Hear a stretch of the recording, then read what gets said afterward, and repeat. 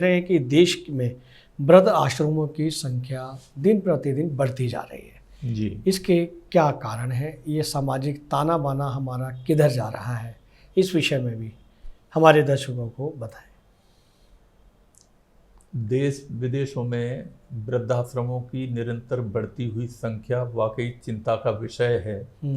और सबसे बड़ी परेशानी जो है, हमारा जो अंतर पीढ़ी संवाद वो ठीक से नहीं चल पा रहा है। वाह। और जो हमारे बच्चे हैं वो हमारी उतनी तवज्जो नहीं देते हैं जो है, और हम उनको दोषी मानते हैं, मगर इन टर्न जो वो हमको दोषी मानते हैं। जी। तो मैं यहाँ एक छोटा सा उदाहरण देना चाहूँगा कि जैसे हमारी दादी माँ थी जी और वो लहंगा पहनती थी।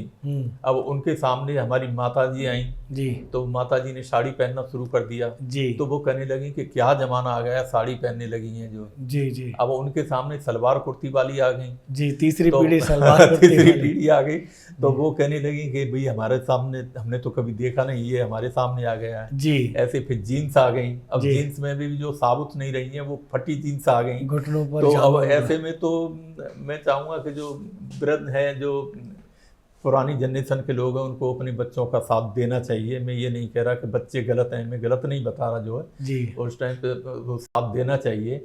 मगर अब दूसरी तरफ क्या हो रहा है, बच्चों के बच्चे पढ़ लिख रहे हैं और ज़्यादातर एकल परिवारों में बदल रहे हैं जी। तो क्योंकि ये पैसे की जो होड़ है, उसमें पैसे कमाने की जो होड़ है, पैसे बनाने की जो होड़ है, उसमें व्यवहार सब खत्म हुआ जा रहा है जी। और एकल परिवारों में जो है सीमित दायरा रह गया है।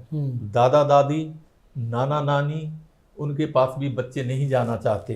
तो ये पेरेंट्स की ड्यूटी बन जाती है कि वो दादा दादी और नाना नानी उनके साथ में एक समन्वय स्थापित करें। अब उसके लिए कई चीज़ें हो सकती हैं, जैसे जन्मदिन मनाया जा रहा है दादा दादी या नाना नानी का, तो उसमें बच्चों को ये सिखाया जाना चाहिए कि भाई आपको हर हालत में जो है अपने दादा दादी या नाना नानी के जन्मदिन में शामिल होना पड़ेगा। जी जी जी। अब ये कौन सिखाए?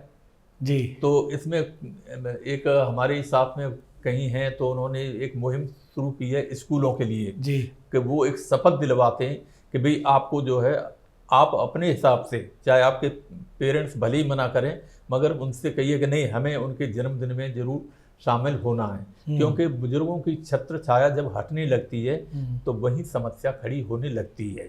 वाकई वाकई। और ये संस्कार हमारे जो हैं, जो सनातन संस्कृति है, जो धरोहर के रूप में चली आ रही है और उसमें कमी आ रही है, तो अब ये गैप जो है निरंतर बढ़ रहा है और उसको पूरा करने के लिए एकमात्र उपाय ये हो सकता है कि हम छोटे स्तर से यानी स्कूली शिक्षा से इस चीज़ को दोबारा से जो है लेके चलें और वहाँ अध्यापकों के माध्यम से उसको जो है आगे बढ़ाएं कि भाई हमारे जो संस्कार हैं वो किसी तरह से बचे रहें। वाह वाह वाह वाह वाह। ये वीडियो YouTube पर देख रहे हैं तो हमारे चैनल को सब्सक्राइब करें और बेल आइकन को दबाना ना भूलें। अगर आप Facebook पर ये वीडियो देख रहे हैं तो हमारे पेज को लाइक करें।